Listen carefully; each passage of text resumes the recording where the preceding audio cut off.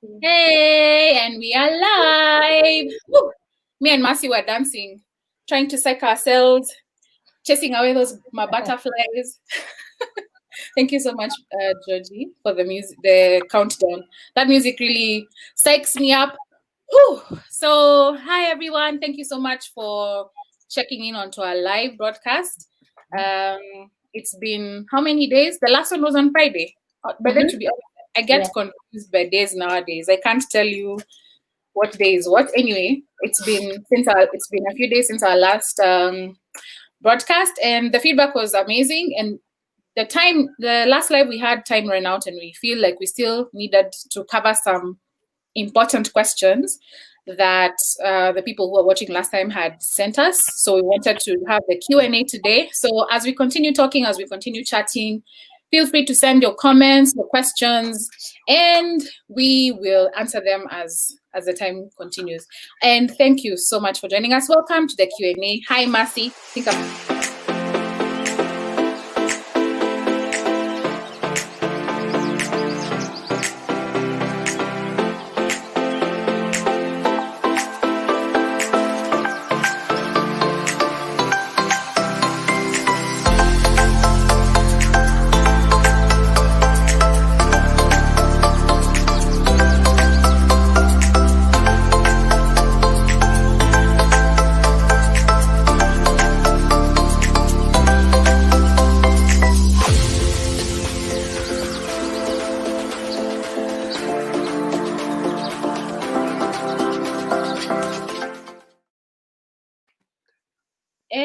So you've seen our producer has unleashed. Is our producer to play something in the mix to welcome? You know, George is very serious about this whole thing. So he had a production video to explain to people that we're here for a Q&A. We can't just enter again. So, okay. So welcome to Just a Mom Q&A with Mercy Njoki. Yeah. Hi everybody. Salimia watu. Hi guys. This conversation is really, really exciting and important. So I'm really, really honored to be back on. Thank you, Rere, for considering me here to be your guest. Thank you for the feedback you guys gave. Thank you for the questions you sent. And I hope you're going to be sending a lot more questions. I hope you talked to your friends to join. And if you haven't, that you're telling them, join now. Because, we are beginning. So you don't want to miss. But thank you for joining and thank you for being on the platform. Yeah. Yay. So we will go right into it. These questions that I'm going to post now, Melissa Wahu had posted them during our last live. So we'll go right into it. I feel like this is a really important question. I mean, we're talking about sexuality, talking to our children about sex and all those things. So still in that whole field, what are the signs to look out for to identify any abuse in your children?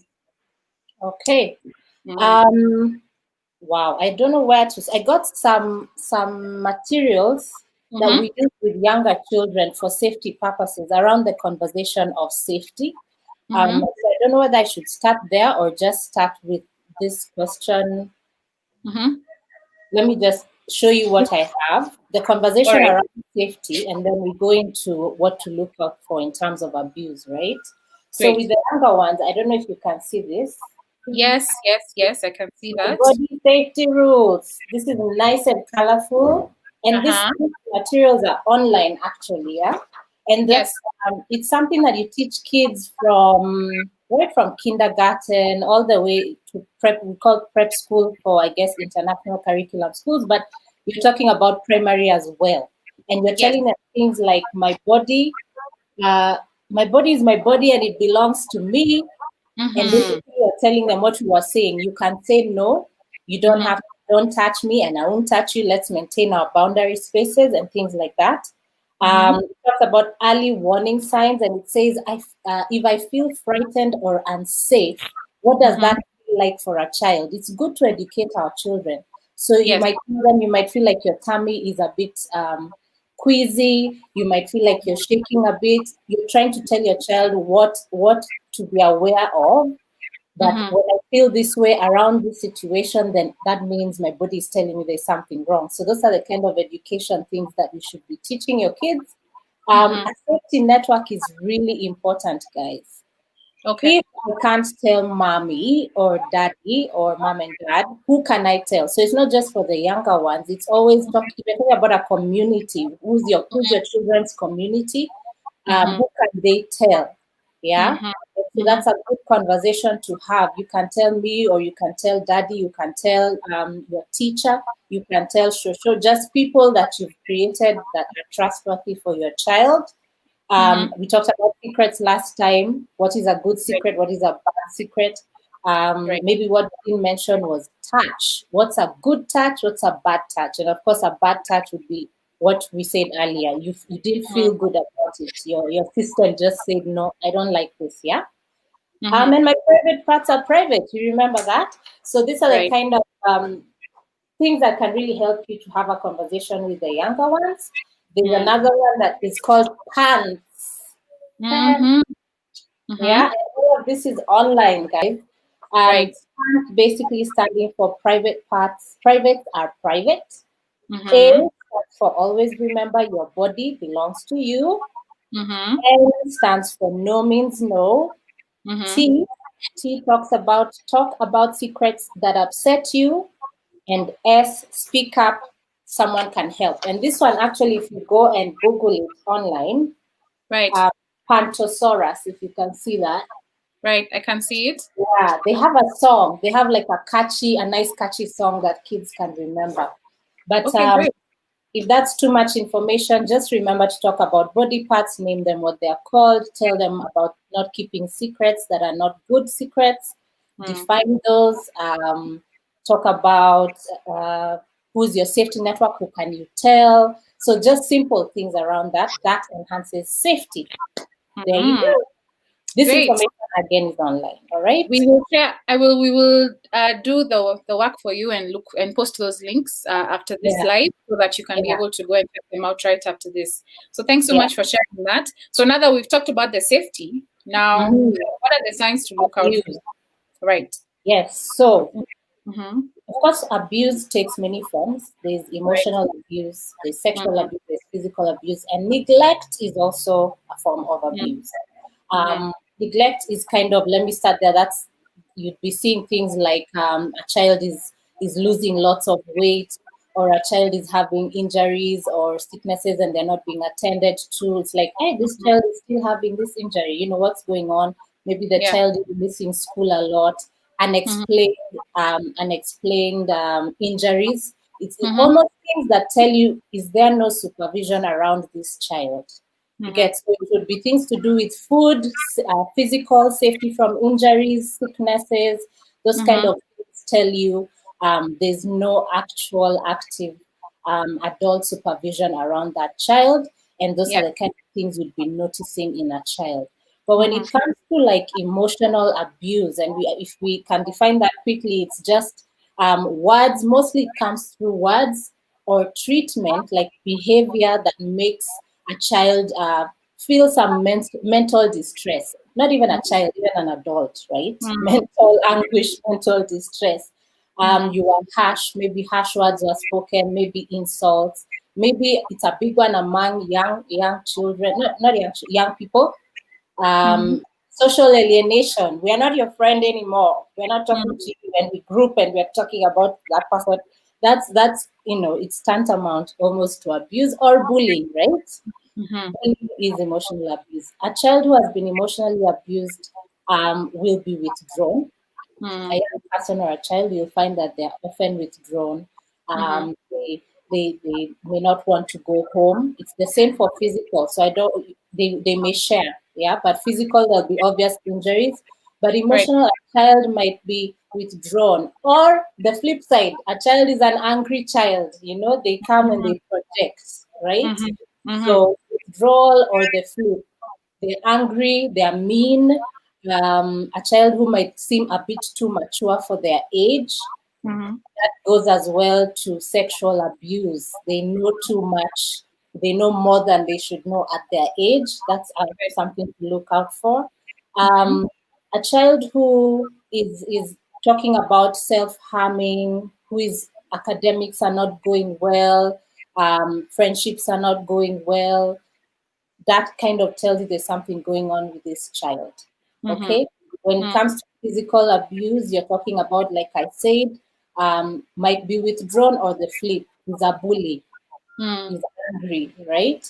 You're seeing injuries that are not explained by anything else. There's no actual other explanation. You might find as well abuse generally, younger children reporting things like my tummy is aching, my head is aching. And when you get them checked, it's like there's really nothing. They're finding reasons maybe not to go home or not to go to school, right? Because it can be happening. They don't want to go home, or they don't want to go to school, or they're afraid of a certain person, and things like that. Yeah. Okay. So we've talked about that. So that also, what does that, what did I want to say? So that also explains if a child is, we're talking now about sexual abuse. So I'm thinking, I mean, things that I've read online before is if a child looks withdrawn, you can confirm for me, withdrawn, possibly has injuries that are difficult to explain. Sometimes if you're, especially if you're the caregiver and you're the one who probably gives your child a bath, you may find, sometimes you might even find blood or, things like that on the child's underwear. I don't know whether it's, I don't know whether it goes for both sides, for both boys and both girls. Sometimes the child stops eating. What else had I read online? Sleeping habits are changed. The child is not sleeping well, is having nightmares. For sexual abuse as well, a child might have is not walking normally. Right. Like there's something up with how this child is walking. Right. Yes. Or they now don't like their body parts. They don't, not only do they not want to be touched like during normal like shower times, they seem to not like their body parts. Like they don't want to be touched and they don't want to touch them, and it's almost like they wish they didn't have those body parts. For sexual abuse especially, yes. Okay. Bedwetting. Yes, bedwetting. Yeah, especially big one. Yeah, especially for a child who never used to bedwet before, that's a big one. Okay. Yeah, yes. Suicidal behavior. That would be older ones. Yeah, a lot of self-harming now, where you cut yourself either here or your thigh. These days, young people are cutting in places they won't be seen. Sometimes even the stomach area. So we're always telling parents to kind of keep an eye out. I know it's weird for you to be wanting to see someone's stomach, so you might have to be creative about that. Yes. But this cutting is happening in all parts of the body, and just that whole idea of maybe it's better if I died. Maybe it's better if I died. That's a very common thought, very common with young people. Yes. Oh my goodness, that's scary to hear. So you're saying in your experience, you've had children actually tell you that they'd rather die. Oh my God. These are teenagers. Such a common, it's so common. Like, it's not even necessarily like, yes, in my work, but generally. It's all over media even. Like when you watch series and you watch it's happening on the ground. Like it's almost the default thought now. Like when things are not working out. Right. The thought that just comes, and sometimes it's not explained. There was a situation someone was telling me about. Let me connect it one to another, yeah. But she was just telling me how this young person talked about having thoughts of suicide, like just kill yourself, and yet there's nothing going on with her. Like even this person said it was weird for me. Okay. Because I just had like random thoughts of maybe it's better if I die. And the family setup is okay. There's a support system. So there's something happening now in terms of a trend with young people, just the idea of suicide. And now oftentimes I tell parents, you know what, now they try and some of them succeed. suicide rates are high now. Even in our own now community, it's not something that we're just seeing happening or hearing of. Yeah, our kids now, they're becoming more and more alike, than to the guys abroad. So it's not a thing where we say, oh no, it's it's an American problem, it's a European problem. No. They're dressing the same, they're listening to the same music, they're watching the same series. These children are more or less the same. They're all on TikTok, they're all on Snapchat, they're all on Instagram. They are the same in many ways. Yeah. So okay, now that we've talked a lot about the signs to look out for, what do you do next? If you do notice that those signs are in your child, what is the next step for a parent or a caregiver? What would you advise someone to do? I think the action to be taken depends on the situation. So in a school, you report it immediately. You report it to who? We have a child protection officer who will now kind of investigate the matter, in a very confidential way, involve the parents. If it's the parent who is being suspected, we look for the other contact who can be reached, who we can now bring on board, because we are now thinking of the best interests of the child and the safety of the child. So if the suspected person, the perpetrator, is in the home space, then the parent is not the person we will call. So there's a system. We notify the children's office, county office immediately. For the school, there's like a structure, how you report, and how it goes to the authorities pretty fast. That's how we report immediately. On a home space as a parent, first of all, I think the shock, and the fear, because you're suspecting, right? You're suspecting. Let's just give a scenario where your child has not outrightly told you so and so did something to me. And we have a tendency to create all the scenarios out in our head. If that guy, and you're already killing somebody. So in that mind frame, it may not be the best mind frame for you to approach that child in that moment because you are not at an emotionally stable place, and you're especially with older kids. Reporting is so much easier, or it's more in terms of numbers with younger children. Fewer inhibitions. You will notice maybe even how they play. Another sign of abuse, how they are playing. If they're having dolls and their dolls are doing things that they should not really be doing at that age, you're like, where did this child land? Exactly. How they're talking with their peers, their little friends, the games they're playing.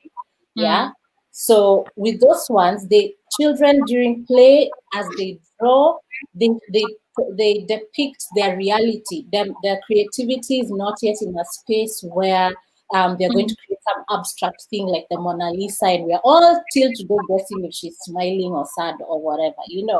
Right.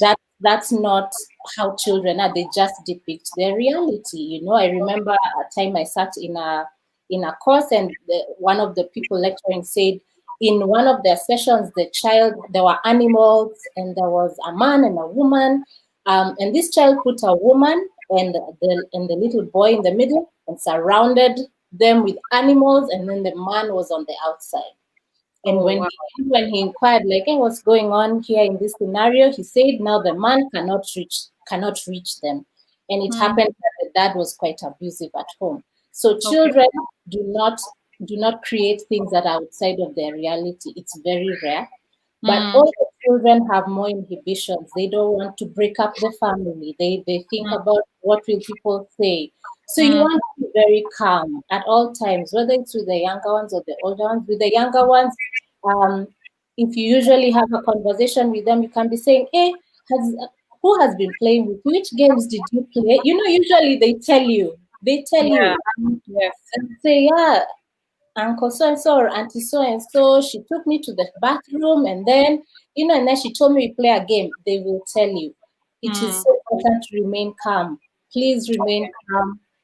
You can excuse yourself and say, I'm coming, and just go and, cry Punch, or punch scream. something. Yeah. Yeah, and then just stay calm because you don't want your child or the child to be frightened. Did I say something wrong? Did I get someone in trouble? You don't want that. That's true. With the older ones, they're more mature, and so remain calm still, but you can go about it just like, you know what, it's looking like there's something that has happened and I don't want to guess the wrong thing. Are you okay? Did something happen? And just hear what they say. Okay? They Yeah. might not tell you, but let them know that, you know what, I'm here, we're there for you, I love you, and I've got your back. So, just know you can talk to me. Do not badger a child, a teenager. Don't badger them. Even a young person, because you give them anxiety and they shut down even more. Even with small ones, I know a scenario where a mom said it was like after 2 hours, 2 hours of talking is when the small girl said, "So this happened." So don't take your time. Yeah, this okay. Then we play. Let's play. Let's draw with the younger ones. But with the older ones, you can be. I have found don't beat around the bush with teenagers. Just ask the Whether it's whether you want to find out whether something has happened to them or it's a disciplinary issue or just be straight up with a teenager because you're engaging their thinking. They can now think logically. They can now engage with you on a mature level. Yeah. So teens, just keep it straight, but be supportive, be there for them. Yeah. Okay. Okay. Thank you. Thank you, Mercy. I just want to go into the comments for a little bit and say hi to people. Hi, Mom. Glad to see you, beautiful ladies. Nisreen Hussein, hello. Thank you so much for joining us. And I can see she's also sent us some question on WhatsApp. I will read it in a minute. So wait, let me just read it now. Thank you so much, Nisreen. You sent this question to WhatsApp. Hi, what is the correct age to start talking to your children about sex and about their bodies? I have a 6-year-old daughter. Any good websites or references? Thanks, Nisreen. We'll get to that in a minute because I feel like we covered this in our last live. So what we can do with her is we can send those websites and references, the ones you shared before. That would be perfect for her 6-year-old. Nisreen, we shall respond to you on WhatsApp in a few minutes, and we will send you those resources. I'm sure they'll be helpful for you. Red Letter KE on YouTube, thank you so much for joining us. I can see she's asking, with bed wetting, is it normal for a 10-year-old to wet the bed? This same child has also been found watching porn and writing stories of sex. What should her parents do? Wow, you see, these things are actually happening. So how do we help this parent who has this 10-year-old with in this situation? And I know also there was someone else that asked about porn, right? And we're going to go into that conversation. Right. I would be concerned, first of all, about how this child came to watch the porn. This is abuse. It's called exposure. This kind of exposure is abuse. If there are countries where people are arrested for this kind of children should not be watching this. Children should not watch, even their parents having sex. I know their parents were like, "Oh, we were found," and that was not intentional. But they are not supposed to be watching those kind of things, and they're not supposed to be exposed to this kind of material. So that's something to be very concerned about. Again, where bedwetting is concerned, I don't know the journey of the child in terms of development. It could be that they're still in a place of developing, but if the child had stopped bedwetting and started again, then that's something. Then you're thinking, what happened? Yeah. And you might then be talking to the child about how are they, who are your friends, what games are you playing? Did you play a game? Because you want to hear what's coming up. Look out for their artwork. What are they showing in their artwork? How are they playing with other kids? But I would be concerned in terms of where did the porn come from? Bedwetting, is it because of anxiety? Is she showing any fears around anything? But if she's also maybe still in a developing stage, because not all kids develop the same. You get what I mean? True. I cannot say that, oh, this is an abuse case. No. She might need to see her pediatrician and to explore, this bedwetting thing. But if she had stopped bedwetting, and then you started again. You want to look around what life changes have happened. Have there been any recent life changes that were big? It could be even moving house. It could be abuse. It could be anything, right? So you're looking to hear what has been happening around this child around the time you noticed her bedwetting. It's not unusual for children to be writing about things they're exposed to. So if it's sex, I know that would be in 844 class 4, right? Possibly. Yeah, in the other school it would be a year 5 child. What they've been exposed to, if it's in a series they've watched, they're now getting like small boyfriends, small girlfriends, they're liking each other, and depending on the degree of exposure, it's not too surprising. This is a nice conversation starter. When you notice writing, it's like, whoa, like where did this one, where did you learn about this from, or what's this about? Because what my 4-year-old now knows about boyfriends, because I think of the cartoons she's watching or something. And now I'm like, what is that you're watching? But it's a conversation starter. And it's not for me to to be afraid around it, and to be just to explain, mommy and daddy were special friends, and then daddy married me, he was my boyfriend, so she can understand that this is for big people. But you see, they see cartoons, they see them kissing each other. So one, the bedwetting, please let's make sure it's not like a medical situation or a developmental situation. We cannot speak to that and say it's for sure abuse. If she had stopped and it started again, just look around her situation. Are there any major life changes? Was there anything compromising that happened? I would also look into the porn. Where did this child access porn from? Because that is likely that it needs to be looked into and handled. Like, that has to stop. Right. Okay, thank you. I think that's helpful. I wanted to also go a little bit into that question again and say the fact that in this question she's written that this child has been found watching porn, that to me kind of communicates that either this child has possibly their own devices, because if they've been found watching porn, are they watching it on the family TV?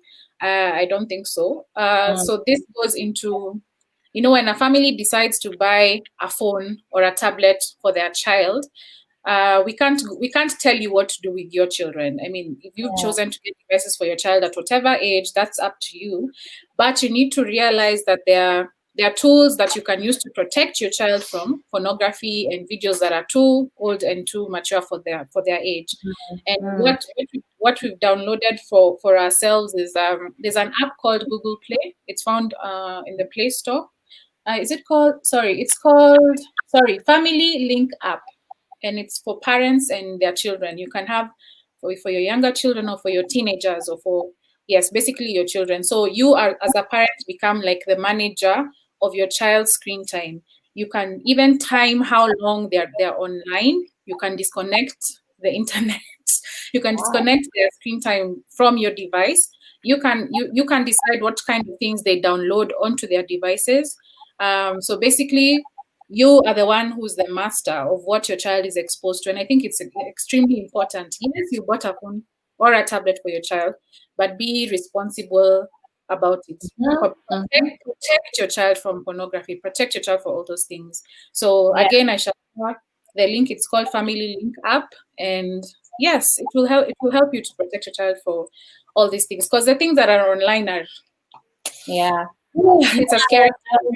As I was preparing for this session, I came across a website, a movement that's called Fight the New Drug. Fight the New Drug. They're on YouTube, and they're basically trying to desensitize people from the whole porn thing. That porn is the new drug. Yeah, and they give lots of statistics, but one that I think is pertinent to what you just said, Rere.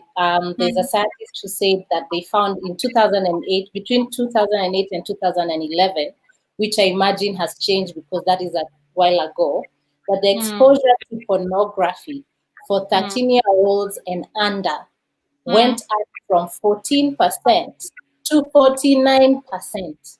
Oh my goodness! In that period, 14% to 49%. of children 13 years and younger. And basically, he was saying what had taken place in that period of time is the uptake of the smartphone in a very big way. You get what I mean? So it just connects to what you're saying. Don't forget that these games, kids are playing a lot of gaming, yeah, that's happening, right? There's pop-ups, constant pop-ups of pornographic material. I mean, it's so crazy. So yeah, I go with Rere. It's important to arm yourself as a parent. Be informed. Be informed. If you're gonna give the gadget, then know how this thing works. Know how to guard your children and yourself. And yeah, so I like that Rere, you've given an actual site that you use that works. Exactly. Let's get informed, guys. Especially for those games. There are adults, there are pedophiles who go on those gaming apps and they befriend your child, and that's how they end up even having online sex. And you're thinking your child is playing a game, but she's been exposed to an adult. So you can't release your children and say go forth and be safe.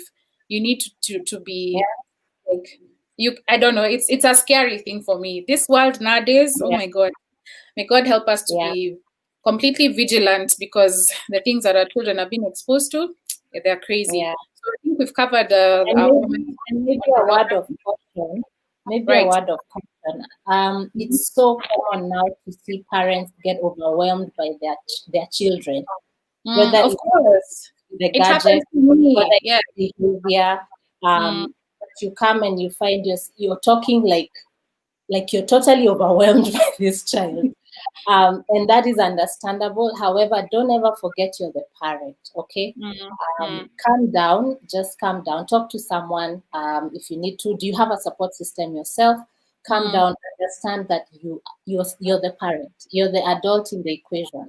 So if your child is behaving a certain way, especially for younger children, it is likely that here and there, you've kind of allowed it.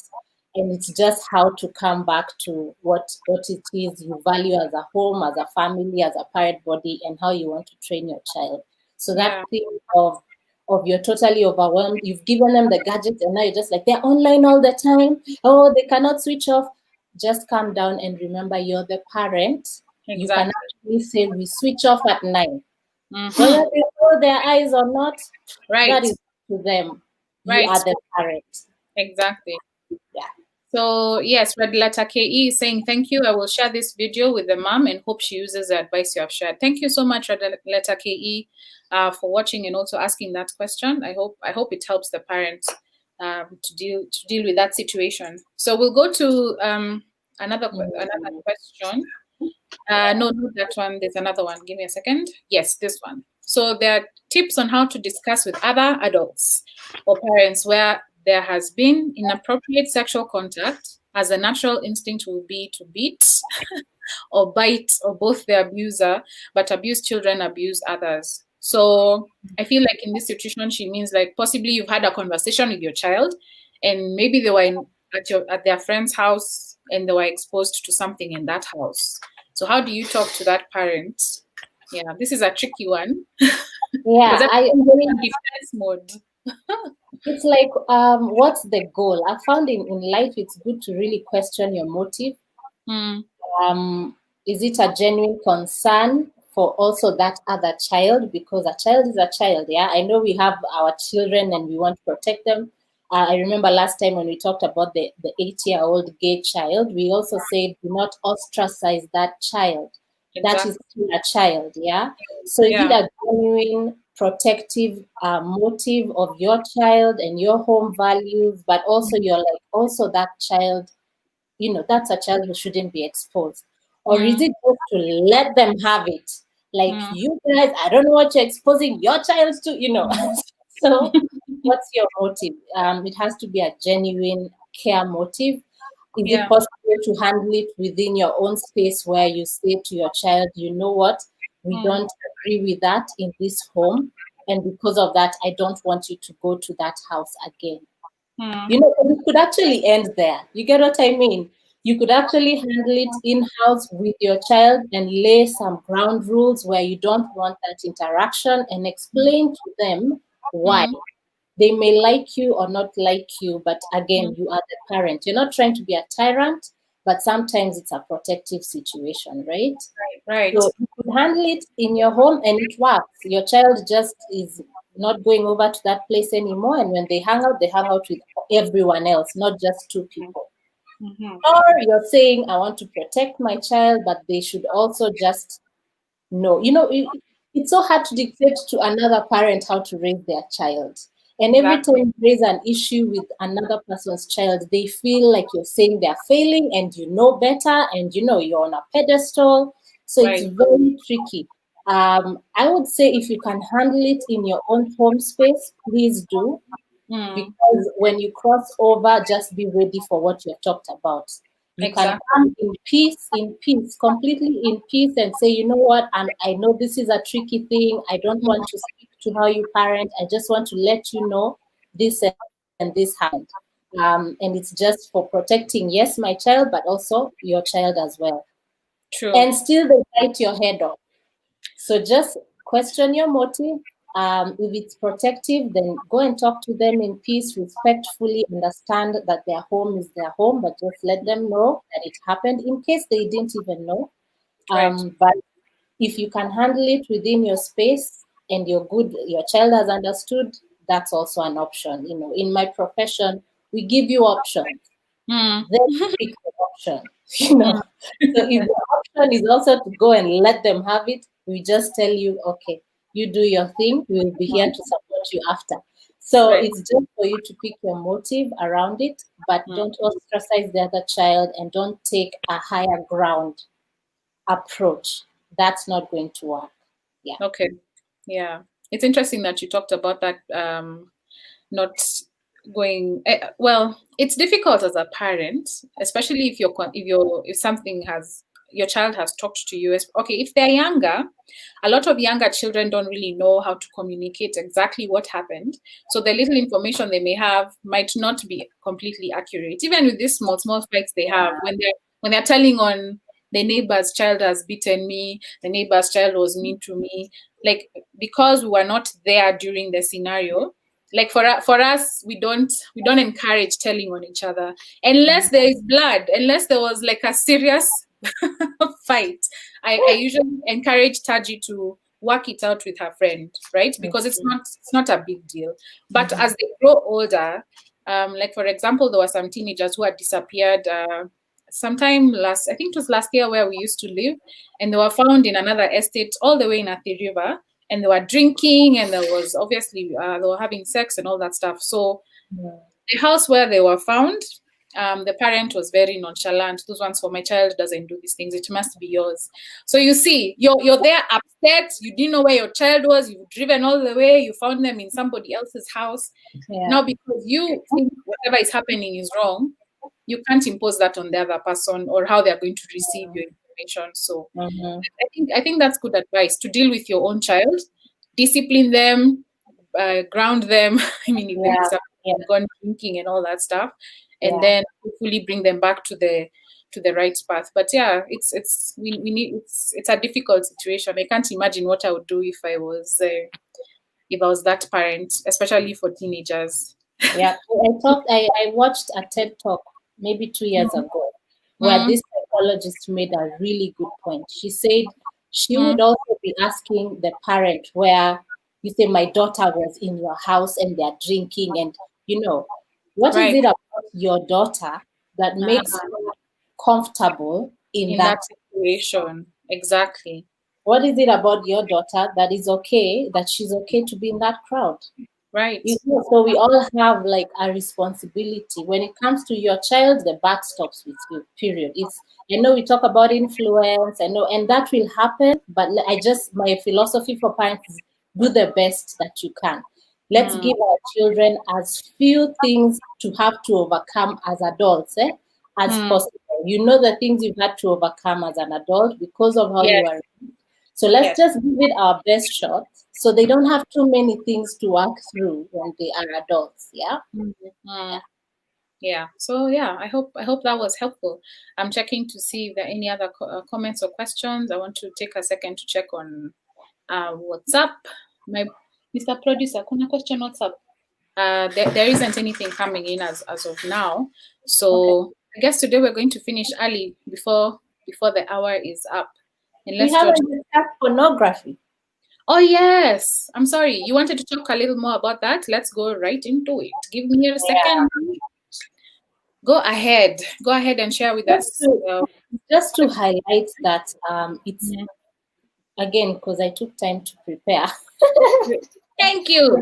I like to state facts. It's important that you state research and things that experts have said from their research so that it's not an emotional conversation. It's not me and Karemi being here saying it's bad. It's just even the science has shown. For me, that's really important. Yeah. Okay, great. Number one, porn does not have a favorable outlook with many. There are people who will say, even as adults, oh, when you watch it as a couple, it helps you get ideas. But that view is not the majority view. The majority view is that it distorts what should ideally be an intimate, healthy connection between two people, two adults, right? So it distorts that. There's a lot of science that's showing that it promotes violence, that it shows aggressive, especially when you talk about hardcore porn, it shows aggressiveness towards mostly, and science has shown the larger percentage is women, right? So it kind of promotes that idea or creates men who are desensitized to the idea that you don't hit women, you shouldn't be. They're kind of they don't have strong feelings around that. They could actually be violent. Right. Again, a big one is that our brains are plastic. What we expose ourselves to, whether it's pornography, whether it's that you're exercising a lot or reading a lot, your brain, what you expose it to makes certain connections, right? So the muscles that you exercise the most are the ones that get stronger. So it's the same with the brain. And so what happens? Exposure to pornography actually does change your brain structure. It makes you, that's what leads to addictions, right? That Right. you need more exposure, more hardcoreness for you to feel that high. So initially, the parts of the brain that light up when you watch porn are the parts of the brain that light up for rewards. Yeah. But Wow. over time, it Yeah. dulls. It dulls, which is what happens with addictions. You'll take a drug, the initial time, you feel the high, but over time, you need more. You need more so that you can get back to that high. With Right. pornography, you just become like numbed out, almost like a robot. You can't connect, you can't have healthy connections. I saw an interview of a guy who said he said watching it as a teenager, he couldn't flirt with any girl or even talk to girls. He just kept craving for pornography and he was isolated, and you become like a robot, but you still are craving it. So it really does affect your physical nature, your brain. Because marriages break because of pornography. If you're not married, you're not able to make healthy connections with people. Right. Violence, pushing the whole idea of violence and aggression. So just to say pornography is largely, even the science shows that pornography is a Right. down. You really don't want to expose yourself to it. I think the biggest concern is soft porn, because it's what then we see all over the place. We see it in ads and those billboards we see on our streets for a massage with a very skimpily dressed lady. Massage. Yeah, and everything Right. that is advertised is very, sexualized and seems now in our series. A lot of people these days are like, hey, if you see what's PG-13, It's not. it's made to look very attractive, like these two people are together. But it also shows that it creates an image of sex and intimacy that is not realistic. Okay. Exactly. So Right. you will see someone is very excited to be hit on the wall and they're laughing and it's a crazy scene. And then you'll try it and that other person is asking, what's wrong with you? I mean, True. but True. and we can laugh about it as adults, but for children, you can Right. imagine their worldview is being formed, how to Mm. connect with people, how to make relationships, what's healthy, what's not healthy. And if that's their perception, then you really worry for the kind of relationships they're going to have. Yeah. True. You see, oh, these days in high school series, sex, everything, it goes all the way. There was, before those things never used to happen. I remember watching what was it, Gossip Girl. Yes, I remember that. I was like, this guy is in high school. Because it's so college-like, Yeah, and they make it look so cool. Like everybody now looks at you like them. Yeah. Then now you come and it plays out. I've found actually relationships amongst young people, teens, are very similar to the ones we see, in our series. The drama, the dumping this one and picking up this one, the cheating, the drinking, the going behind someone's back. I mean, it's like a series for real, Yeah. But you see what they leave out is the baggage you carry after that. These guys stood in front of a camera, they shot a good series that kept good. Why? Because it hooked you and you watched it. And we all watched it. But you come on the ground. Hello. Hello. Oh, Mercy, it looks like we've lost. What happened? You disappeared for a second. Am I back? Yes, you're back. You're back. Oh, yeah, I was like, what's going on? Anyway, all I'm saying is that it creates an image of society and relationships that is not realistic, even where it's not hardcore, naked, crazy porn, just these soft porn scenarios that we are seeing now. It's not healthy. And one thing, because this is all about talking to your children, first really know what they're watching. And then and if they're teenagers, especially, even the younger ones, but younger ones, you have more say over what they see. Yes. For teenagers, engage. Like, just be like, hey, what's going on with these two? Oh, they're dating. Hey, okay. And then kind of infuse your values into that. Like, why would you want to date 5 boys at once? Exactly. And if you have a good relationship with your children, they hear you. They hear you. They might roll their eyes like, oh, mom, or that. But they have heard what you have said, and you find they espouse those things. So the world has changed, guys. We just have to do our best. Yeah. I really like what you said about infusing your values. So it means you have to be in constant communication with your child. If you find them watching those shows, like you said, engage with them during the shows and have, it's like a running commentary of what's happening on the screen and telling them, hey, that's not, right. That makes a lot of sense, because when you think about it, even for us, we had a little more sanitized, shows and stuff like that. But even the books we read, like Mills and Boone or Still Hot Romance or all that nonsense, filled up our heads and gave us a fake illusion of how relationships should be. So that messes with your head. Where is that prince coming to sweep me on a horse? The ripped guy. Ripped shirt and all that stuff. And we live happily ever after. That stuff is such nonsense. That's not real life. So imagine now. Yeah, so now imagine sex. It's such a bad foundation for a child to imagine that that's how it's supposed to be. So parents, infuse your values. Do not leave the world to teach them, because it's going to give them a really difficult time in future.